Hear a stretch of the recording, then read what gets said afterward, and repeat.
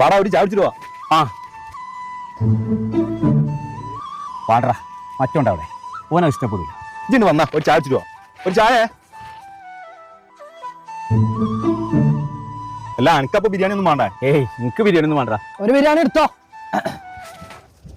ഞാൻ പറഞ്ഞത് പാർസലാട്ടോ.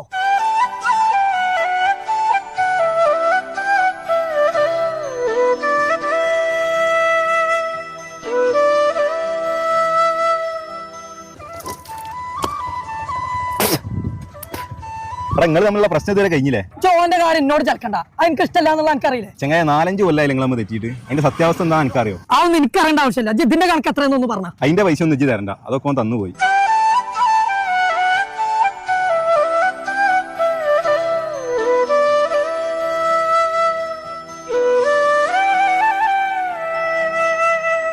എടാ നോക്ക് ഒന്നും